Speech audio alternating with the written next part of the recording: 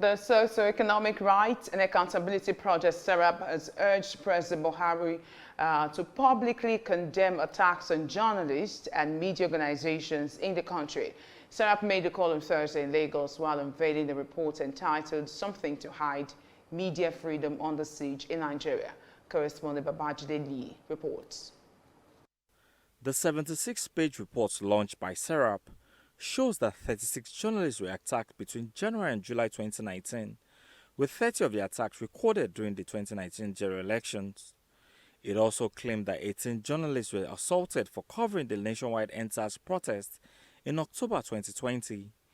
The National Broadcasting Corporation was also criticized for imposing excessive fines on broadcast stations over alleged breaches. This action, according to the group, continues to hinder the media from performing its constitutional duty of being the watchdog of the society. Not baffled by this, stakeholders in the industry continue to encourage the media not to be complacent in the line of duty, but be thorough, assertive, and independent. Today in Nigeria, there is no law defining this speech. Correct me if I'm wrong. So why would the NBC now rely on to define whether somebody has committed hate speech or not?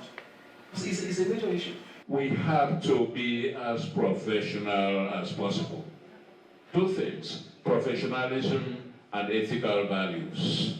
Number three, we must practice journalism the way it ought to be practiced today. Sedition law is dead. Section 24 of the Cyber Crimes Act is annulled. Therefore, we have absolute freedom as Nigerians and as journalists to express ourselves and speak truth to power in our country. There were concerns raised over what they described as a restriction of freedom of the press. Then the question that follows is if the government has something to hide. Government will allow Sheikh Gumi the media space, the latitudes to express his views, and not also grant the same privilege to the spokesperson of IPOB to respond to what Gumi is saying. There is certainly something to hide. The scope of freedom for the media and even for every Nigerian has been severely restricted. Under the military, we talked a lot about state repression of the media.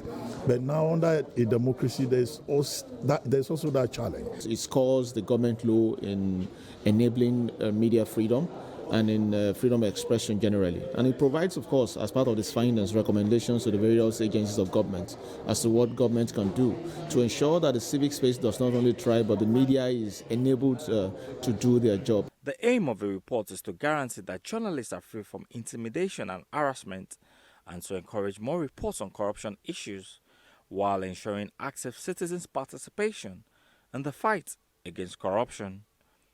Babajide Lee, Silverbird News 24, Lagos.